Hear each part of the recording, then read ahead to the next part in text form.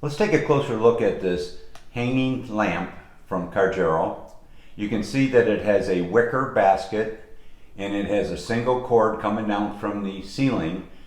I lowered mine approximately 26 inches from the ceiling to the top of the bamboo type wicker basket. And you can see here that the packaging of the individual pieces was very stout and very strong, and I didn't have any concerns. You can see that the components are well wrapped.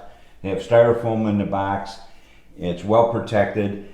I have everything I need here. I installed one and I'm getting ready to install the second one over our dining room table. Here we are going to show a follow-up to the initial installation of these wicker hanging lamps that we've placed over our dining room table.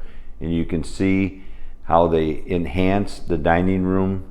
And then we're going to show them with a amber light bulb installed, very soft light. It's a 60-watt semi-clear glass bulb, and I highly recommend these hanging lamps from Cargero.